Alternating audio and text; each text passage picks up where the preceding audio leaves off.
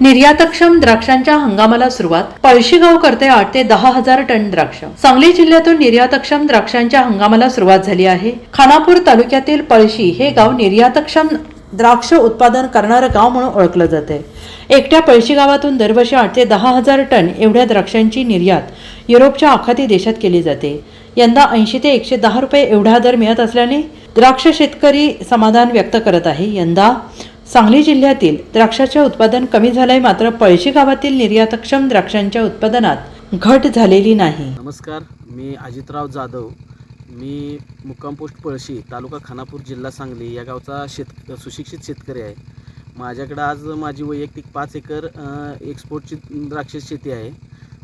आमचं गाव हे दुष्काळ पट्ट्यातलं आहे, पण आज आमच्या गावामध्ये या दुष्काळातून सुद्धा 600 ते 700 एकर द्राक्ष लागवडी केली जाते आणि जवळजवळ 8,000 टन एवढा माल आम्ही निर्यात करतो आहे पळशीत.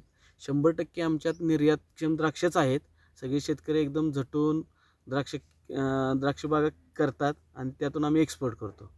म्हणजे भरपूर मोठ्या प्रमाणात आम्ही कामगारांना इथं काम पण देतो आहे. आमच्या गावची लोकसंख्या जवळपास 3,000च्या आसपास आहे, पण बाहेरून येणारे लोक हे आमच्याजवळ 1,000च्या आसपास आहेत.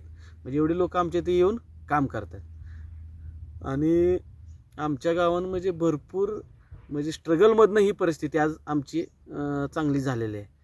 म्हणजे आणि बाहेर जाणार आमच्या गावामध्ये आज बाहेर जी लोक जाणार होती ते जवळजवळ 100% थांबलेत.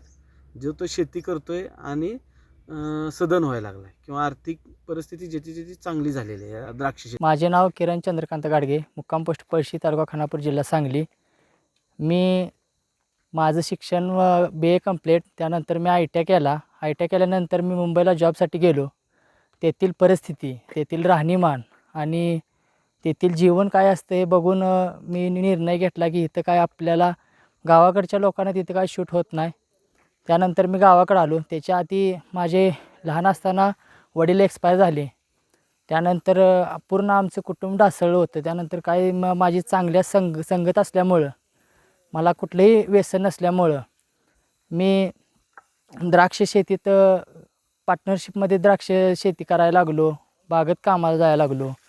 त्यानंतर स्वतःची भांडवल नसताना काय आमच्या मामाने वगैरे सपोर्ट करून त्यानंतर मी स्वतःच्या अर्धा एकर बाग लावली आणि त्या बागेवर चांगल्या क्वालिटीची, चांगल्या शेतकऱ्यांच्या संगतीत राहून त्यांचं सर्व काही माहिती घेऊन मी माझी अर्धा-पाऊण एकर बाग चांगल्या पद्धतीने दिवस रात्र कष्ट करून त्यातनं एक्सपोर्ट क्वालिटीची द्राक्ष मी पिकवली. पहिल्या वर्षी प्रॉफिटमध्ये राहिलो, दुसऱ्या वर्षी चांगले पैसे झाले, तिसऱ्या वर्षी स्वतःला म्हणजे स्वतःच्या गरजा कमी वेळेत पूर्ण करण्यासाठी मी द्राक्ष शेती निवडली.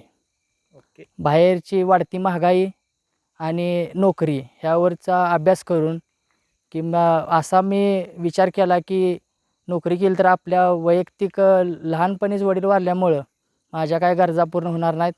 त्यासाठी मी द्राक्ष शेती माझी घरची 2-2.5 एकर शेती असल्यामुळे मी माझी घरची 1.25 एकर बाग आणि बाहेर पाहुण्यांच्या रानामध्ये 2.5 एकर बाग अशी टोटल माझी आता 3-3.5 एकर बाग असून मी ती बाग करत आहे.